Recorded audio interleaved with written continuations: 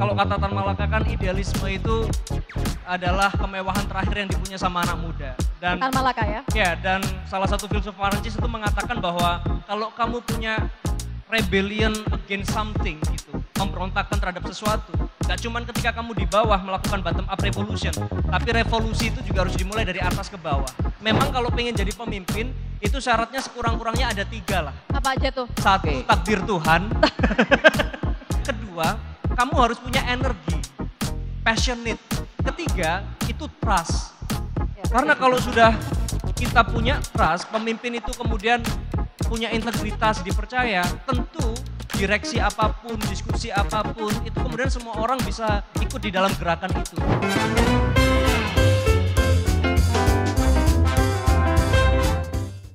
Jadi kita akan ngobrol dengan Bupati Trenggalek. Bupati Trenggalek. Ini sudah boleh dibocorin ya? Boleh, Gak apa-apa boleh dibocorin. Usianya baru berapa ya? 33 tahun. 33 tahun. Ya seangkatan lah sama saya sama kamu ya. Oh ya, by the way Bupati Trenggalek itu juga pernah kuliah di sini, tapi kisahnya kayak apa nanti coba kita tanyain. Betul. Ya kan? Nah kita akan ngobrol-ngobrol untuk tahu bagaimana sih sebenarnya apa yang menarik hati seorang Mas Ipin ini sampai kok bisa terjun ke politik. Ya. Karena sekarang, atau mungkin kita bisa tanya kali ya sama anak-anak muda di sini, ada nggak yang pengen terjun ke politik? Mungkin gitu kali ya? Boleh. Teman-teman Unair, ada di sini ada yang ingin terjun ke politik? Wow. Wah banyak ya. Ini serius nih, bener nih. Bener ya? Beneran itu ya. Terjun, nggak terjun bebas dong. Terjun ya. Udah nggak ini ya, kalau dulu kan sempat ada tuh anak muda tuh ragu gitu kan. Kayaknya mereka sekarang mulai optimis ya Nitya ya. Oke. Atau di sini ada yang bercita-cita menjadi kepala daerah setelah lulus? Ada yang ingin jadi kepala daerah? Oh, mantap. Kalau gitu, saya rasa nanti obrolan sama, ada yang langsung pose kemenangan gitu kan. Saya suka nih yang optimis-optimis seperti ini. Kenapa? Karena anak muda itu layak masuk ke politik, layak menjadi kepala daerah. Iya benar. Asal jago. Yang penting ngerti, ya kan? Iya kan? Iya itu benar. Oke. Itu benar. Asal kemudian serius. Serius. Nah, sebagai anak muda kan kita tahu rasanya punya semangat 45 gitu ya Tang ya. Dan kayaknya daripada kita di sini kayaknya udah siap nih. Udah siap ya? Ya. Kalau begitu saya boleh minta tepuk tangannya yang paling meriah dari teman-teman di Unair. Kita akan sambut bersama, ini alumnus juga berarti kan? Kita alumnus sambut juga, bersama Bupati Trenggalek, Mas Ipin. Muhammad Nur Arifin. Tepuk tangan yang paling meriah. Mas Ipin, monggo. Ya.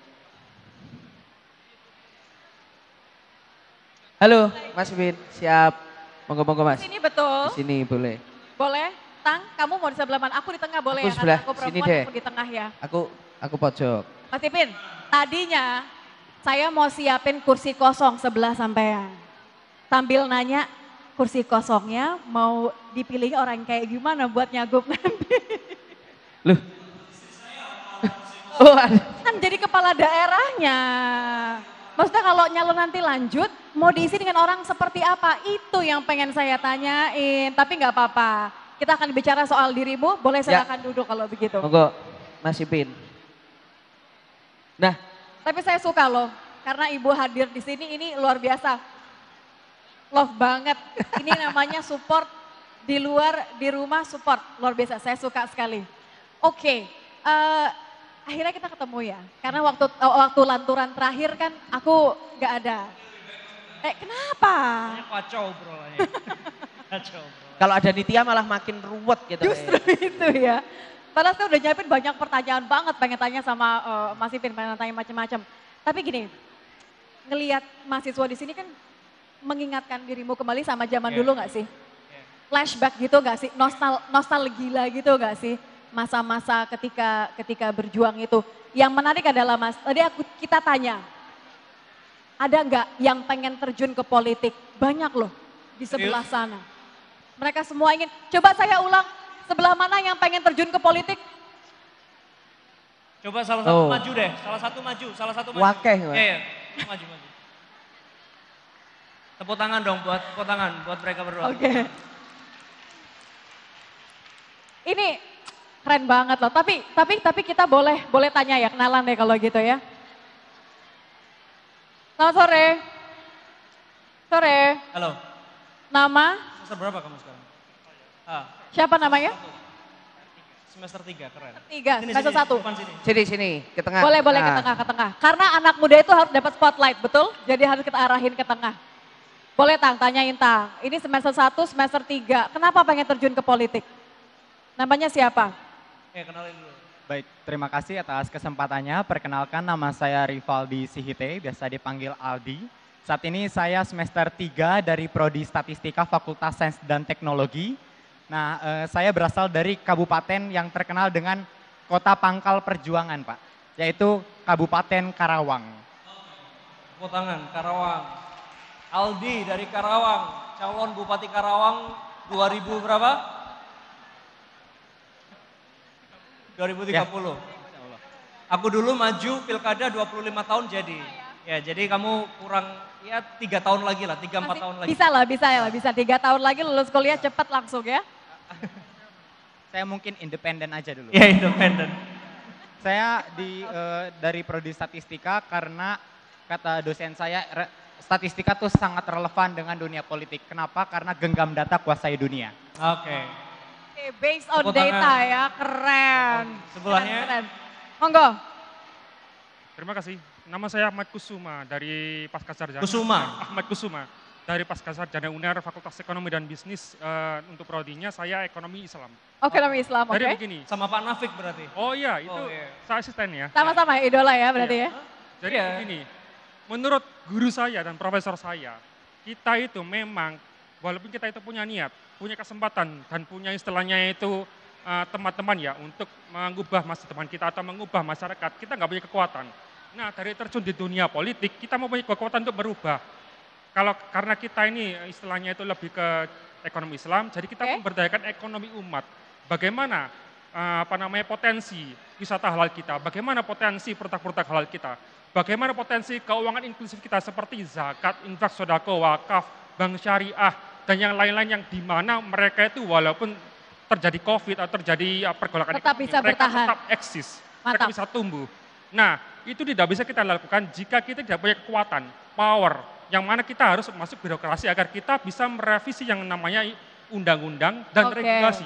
Jika kita itu tidak didukung dengan regulasi yang bagus, maka perjuangan kita akan sia-sia. Maka dari itu kita harus Mas Ipin, berkecimpung juga sampai yang dalam kalah loh. Ini regulasi. udah siap dengan gagasan Enggak. dan ininya loh. Waktu pertama kali 25 tahun itu begini gak? Dia kalau mau riset penerapan ekonomi Islam yang kafah datang ke Trenggalek. Oh Ya, mantap. benar. Tepuk tangan dong buat Nanti dua teman kita ya. aku ceritain apa saja yang udah dilakuin di Trenggalek. Masih ada Tapi lagi. kita boleh masih ada lagi, biarkan masih ada teman-teman untuk duduk kali ya. Supaya nanti kita bisa Nggak apa-apa, ngobrol, masih ada lagi. tanya jawab. Oh oke. Masih ada lagi. Nah, Justru ekonomi Islam sendiri ya di Indonesia ini ya memang benar-benar disupport oleh pemerintah.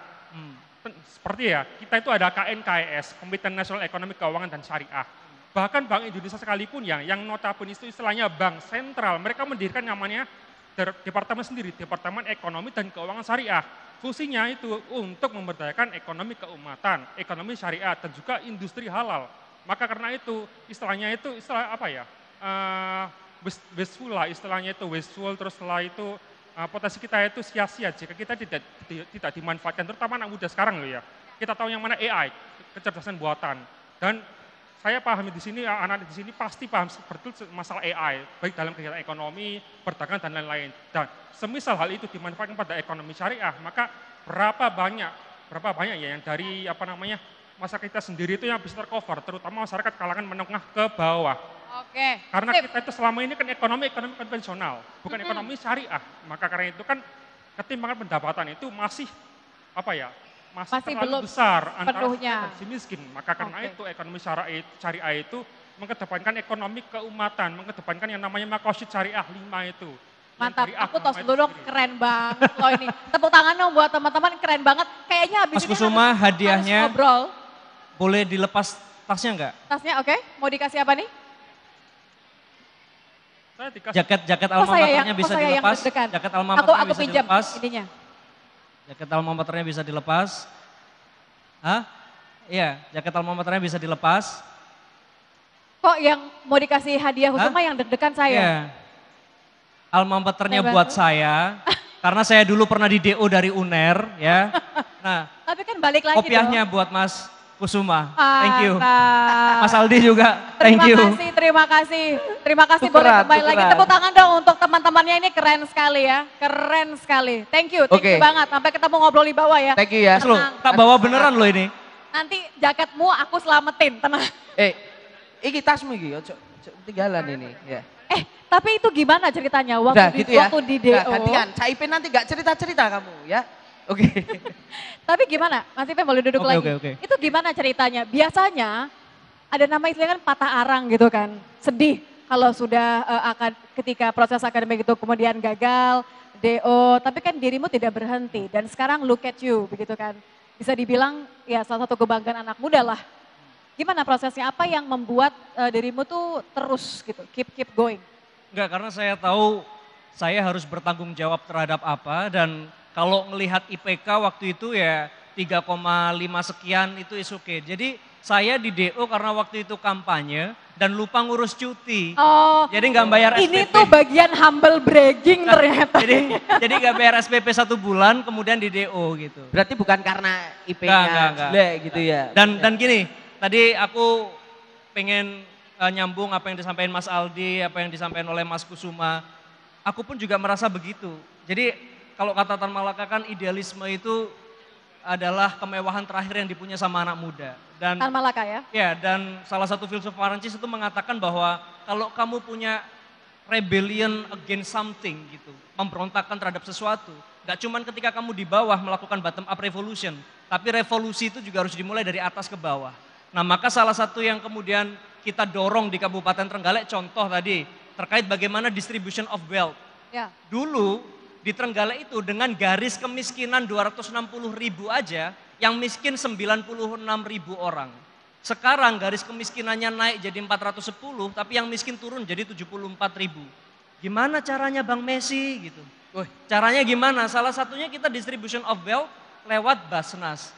Dulu sebelum saya jadi wakil bupati, di Trenggalek selama 1 tahun hanya bisa menghimpun dana umat itu sekitar 150 juta per tahun.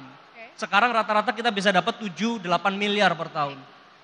Dan itu yang kita gunakan untuk kemudian yang belum masuk data DTKS, data terpadu kesejahteraan sosial, nggak bisa dianggarkan APBD, itu langsung kita cover lewat dana itu. Mas, tapi kan dana umat itu kan mana ya Tang ya, kadang-kadang ngeri-ngeri juga. Ini gimana Mas Ipin memanfaatkan orang yang kemudian ingin Ya, itu kan sudah- memberi, tapi jangan sampai kemudian Ya, panas itu kan, juga itu kan ya. diatur, satu diatur di dalam undang-undang.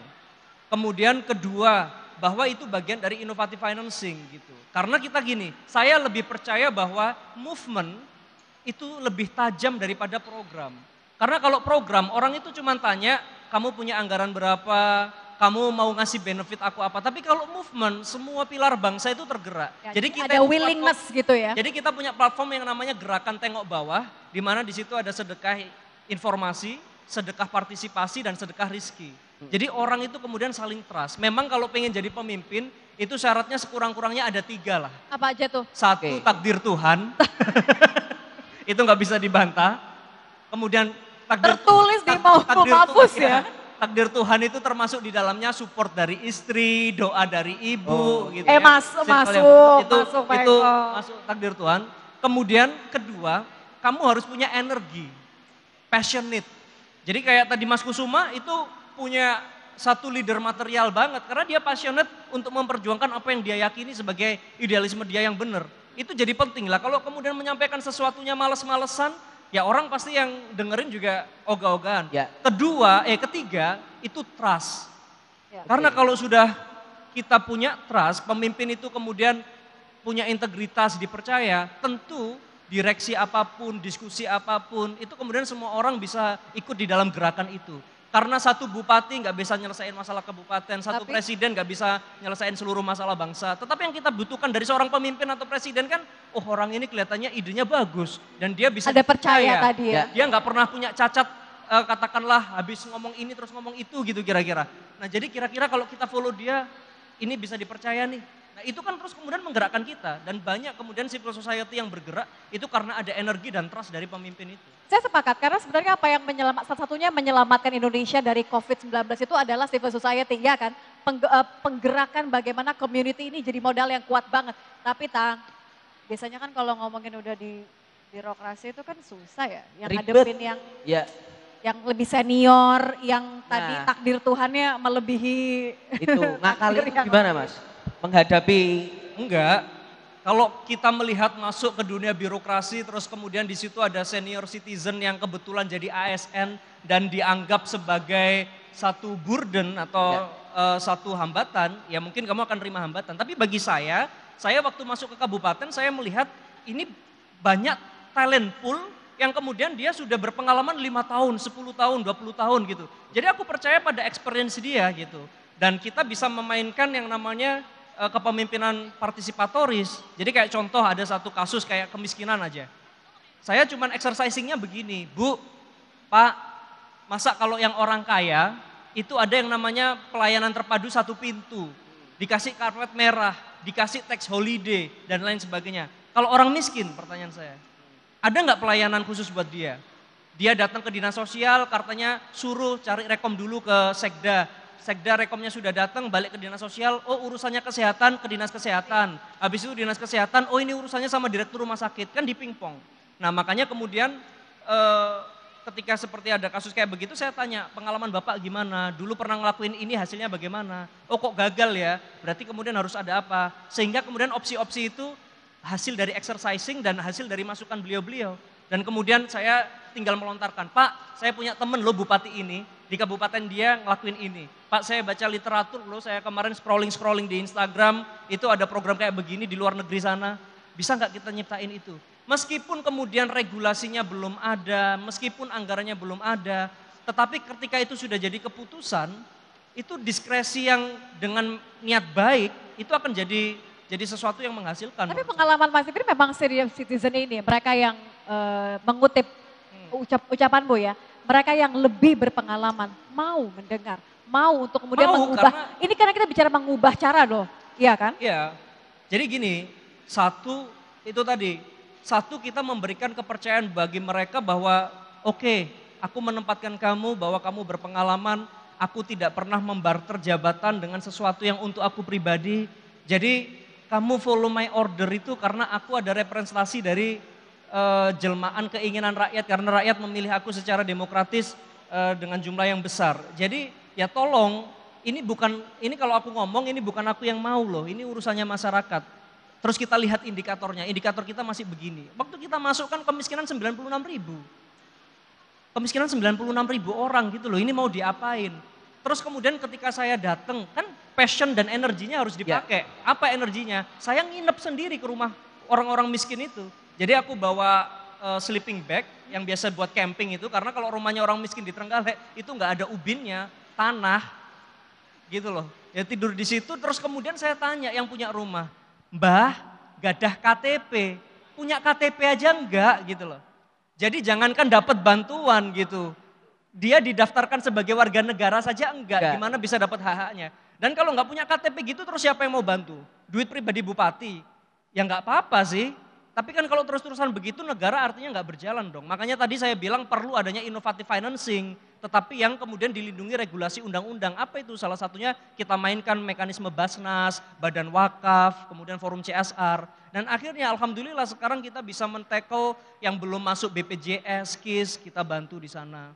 Dan ini nggak cuma di permasalahan sosial aja, tetapi juga di bagian ekonomi yang berbasis platform kerakyatan, kita gunakan niat baik rakyat lah. Rakyat itu nggak ada yang hatinya jelek. Okay. Buktinya adalah ketika saya pengen memberantas rentenir di salah satu pasar, dan hampir di semua pasar dulu ada rentenirnya. Cara kita apa? Cara kita kasih dulu mereka seed funding, tetapi ini caranya adalah memberikan pembiayaan dengan tanpa bunga, tanpa beban apapun. Hanya administratif itu pun dikembalikan ke koperasinya mereka, terus kemudian tanggung jawabnya tanggung jawab renteng. Jadi katakanlah kalau di dalam itu ada 50 pedagang, satu nggak bayar, 49 yang lain itu harus nanggung. Dan di situ akhirnya apa? Itu kan cultural heritage kita ya, local wisdom yang kita punya bahwa orang Indonesia itu gotong royong, saling percaya, kalau bahasa Kebersamaannya tadi Islamnya kuat. lita arofu gitu kan, saling mengenal satu sama lain baik gitu. Nah di situ akhirnya NPL-nya nol, terus kemudian sekarang yang mereka awalnya cuma ngakses pinjaman atau pembiayaan investasinya sekitar 3 juta, 5 juta dari BPR yang kita punya, itu sekarang mereka ngajuin KUR dengan plafon 25 juta, 50 juta. Usahanya meningkat.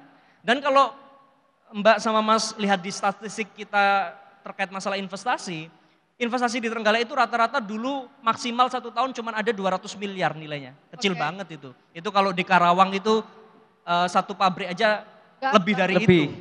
Nah tapi ini case-nya di Trenggalek. Nah tapi di zaman saya itu bisa naik 2 kali lipat jadi 400 miliar. Itu tanpa investasi dari pabrikan-pabrikan besar. Salah satunya apa? Karena UMKM itu bergerak. Dan beruntung saya dibantu istri saya yang setiap tahun kemudian dia juga keliling untuk menumbuhkan ekonomi perempuan itu. Karena rata-rata piramida UMKM kita itu didominasi oleh para ibu-ibu. Betul. Gitu. Jadi saya percaya bahwa ya selama kita punya idealisme dan itu pengen kita taburkan, kita gambarkan di setiap kebijakan, ya jalan politik itu salah satunya yang harus ditempuh oleh teman-teman muda sekalian sih. Nah Mas, ini mungkin juga ada banyak anak-anak muda yang mereka kan, Mas Ipin kan waktu itu ketika jadi mengawali wakil bupati dulu ya waktu itu. Kemudian berlanjut gitu. Mas Emil waktu itu ya. Nah modalnya tuh seberapa besar sih Mas? Karena kalau kita bicara anak muda sekarang mereka mungkin juga salah satu yang dipikirkan adalah wah nek maju kok aku kok duit piro ya gitu. Berapa duit yang dibutuhkan itu gimana waktu itu Mas? Jadi mahal atau murahnya itu tergantung rumusnya ada 3 lagi nih. Ada 3 rumus lagi ya. Oke. Satu, lek mbok oyak kaya opo lek duduk takdirmu ya tetap nggak dapat kan gitu. Nah, tapi yang kedua dan yang ketiga adalah ada persepsi elit yang harus kamu bangun. Dan yang ketiga adalah ada restu alit yang harus kamu amankan. Jadi ada elit dan alit, jadi persepsi elit dan kemudian restu alit yang harus diamankan. Nah maka agar kamu kemudian gak mau modal duit besar, ya jangan vote buying. Jadi mengambil hati rakyat bukan membeli hati rakyat. Bagaimana cara mengambil hati rakyat? Ya kamu turun ke mereka, gagasanmu apa, aksi konkretmu apa. Loh sekarang banyak kok kalau teman-teman mau, ini ada yang mau kampanye, aku kasih tips deh. Ada apa, teman-teman kan pasti sudah familiar kayak platform Kita Bisa. Kamu kan tinggal cari di tempatmu orang yang paling butuh dibantu siapa, terus kamu upload di forum-forum seperti kitabisa.com dan lain sebagainya. Begitu ada donate masuk, kamu anterin. Orang di kampung sudah mikir bahwa, aduh mas ini baik banget gitu datang ke sini bawa bantuan, padahal itu donasinya orang seluruh Indonesia Raya. Atau contoh kamu masih punya energi, kamu bisa muter ke dinas-dinas, ada orang yang perizinan UMKM-nya nggak beres. Kamu datang ke dinas ini, kamu bantuin. Ada orang ngurus KTP kesusahan, kamu tinggal jalan ke sana bantuin dia. Itu kan nanti jadi kantong-kantong suara kamu. Dan kamu kalau dari awal sudah terlibat untuk seperti itu, aku yakin persepsi elit nanti akan terbentuk. Karena persepsi elit itu kan melihat dinamika gerakan di bawah. Jadi persis yang saya lakukan. Persepsi elit bukan melihat apa yang lagi trending sekarang ya? Ya mungkin gini, kalau ngomong aku ada privilege, coba track bapakku siapa sih? Ibuku siapa sih? Mbahku siapa sih? Ada yang pengurus partai? Atau kalau pengurus partai selevel apa sih? Terus kemudian pejabat gak bapakku gitu? Ya mungkin kalau teman-teman skeptikal karena mungkin banyak pejabat sekarang atau yang maju ke konsentrasi itu karena punya trah, punya apa dan segala macam. Tapi saya bisa memberanikan diri berbicara bahwa aku adalah hasil dari turun kerja ke masyarakat. Waktu itu aku bikin namanya sekolah tani. Karena aku ngelihat saudaraku di Trenggalek itu kalau cari pupuk itu harus pergi ke Tulungagung, which is itu kabupaten sebelah. Nah jadi akhirnya saya ngundang teman-teman dari ITS, teman-teman UNER waktu itu untuk kemudian gimana caranya bikin pupuk murah ya. Yang pupuk pabrikan itu kan sudah nggak cuan ke neraca devisa negara, barang-barang bahan bakunya impor. Akhirnya kita bikin dari sampah-sampah lokal itu jadi pupuk, kemudian aku garansi ke petani. Mau coba pupuk saya enggak? Kalau enggak panen, aku ganti duitnya. Ongkos bangkrutnya aku ganti gitu. Tapi kalau panen, tolong nanti kamu kumpulkan teman-temanmu, kita ajari bikin pupuknya, kita bikin sekolah tani. Dan itu aku keliling dan akhirnya surveinya bagus dan akhirnya kepilih gitu. Oke. Jadi membangun trust tadi, tapi tetap dong jawab pertanyaannya Tatang tadi belum dijawab, modalnya berapa, rupiahnya tetap keluarin dong. Mas. Kira-kira nih. Ya kalau rupiahnya contoh saya di satu titik itu bisa ngumpulin sekitar 200 petani. Saya cuman butuh 1 drum, ya which is itu paling harganya sekitar 700-an ribu. Terus kemudian bahan bakunya cari dari sampah-sampah itu, terus kemudian bakteri E3-nya dan sebagainya. Ya bisa dibilang sekali pertemuan aku butuh sekitar 1.500.000. Nah, kemudian 3 juta itu aku siapkan tapi nggak aku keluarkan untuk assurance, untuk insurance. Ketika nanti satu petak sawah yang jadi percontohan ini gagal, kemudian nanti aku bayar senilai itu. Nah jadi 3 juta sebenarnya aman, orang akhirnya juga nggak gagal juga gitu. Dan mereka seneng. Dan kemudian ini berlanjut program ini, sekolah tani ini, dan bersamaan dengan pemerintah waktu itu, pemerintah pusat, Kementerian Pertanian, mengkat habis-habisan anggaran untuk subsidi pupuk. Nah akhirnya di Trenggalek nggak ada problem, maksudnya nggak ada problem, mereka sudah terbiasa dengan shifting bahwa tidak selamanya yang kemudian bersubsidi itu bagus. Buktinya sekarang tanah persawahan kita makin lama makin keras gitu. Karena nggak semua tanah itu unsur haranya sama dan butuh formula yang sama gitu. Jadi kita ya sama teman-teman ITS, UNER dan segala macam itu ya dites pH-nya. Oh berarti kalau ini asamnya apa basanya yang kurang.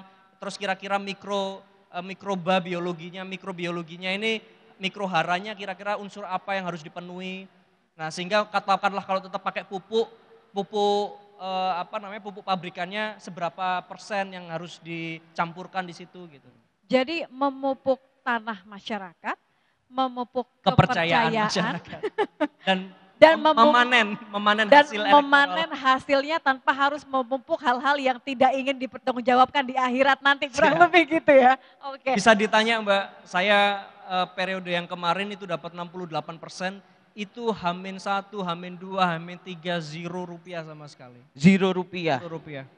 Oke. Dan saya berani mempertanggungjawabkan di hadapan Tuhan dan di hadapan seluruh masyarakat. Berarti ini sudah dapat lampu hijau dari istri dan juga dari ibu ya berarti ya. Keluarga sudah memberikan lampu hijau untuk langkah berikutnya ya. Mantap. Thank you banget. Tepuk tangan dong sekali lagi untuk Sobat Warner, tepuk tangan untuk Mas Ipin. Saya suka sekali ketika yang muda benar-benar memanfaatkan energinya, memanfaatkan pengetahuannya untuk memberikan yang terbaik untuk masyarakat. Privilege, no privilege, yang penting adalah kerja keras kita. Betul ya? Ya muda itu privilege kamu gitu. Privilege-nya karena muda itu ya Mas Ipin ya. Betul. Dan juga tadi menarik kalau mau gerak ke bawah ternyata biaya politik itu bisa ditekan. Nah itu. Aku siap jadi konsultannya teman-teman. Jadi pegang loh, janji ya, ini janji ya, ada saksi ya. Sama aku free, tapi begitu kamu jadi sebagian gajimu harus dimasukkan ke Badan Amil Zakat untuk bantu orang-orang miskin. Oke, luar biasa. Itu kontrak politiknya sama aku gitu. Teman-teman yang tadi ingin terjun ke politik sudah dengar janjinya, yang penting adalah niat untuk masyarakat. Terima kasih sekali lagi Mas Ipin karena sudah ngobrol. Ini sebagian kecil dari apa yang anak-anak muda bisa lakukan. Mudah-mudahan nanti kita punya kesempatan lagi. Ayo dong ngobrol lagi kelanturan sama Gaspol ya. Oke, siap. Kompas TV sama kompas.com ya.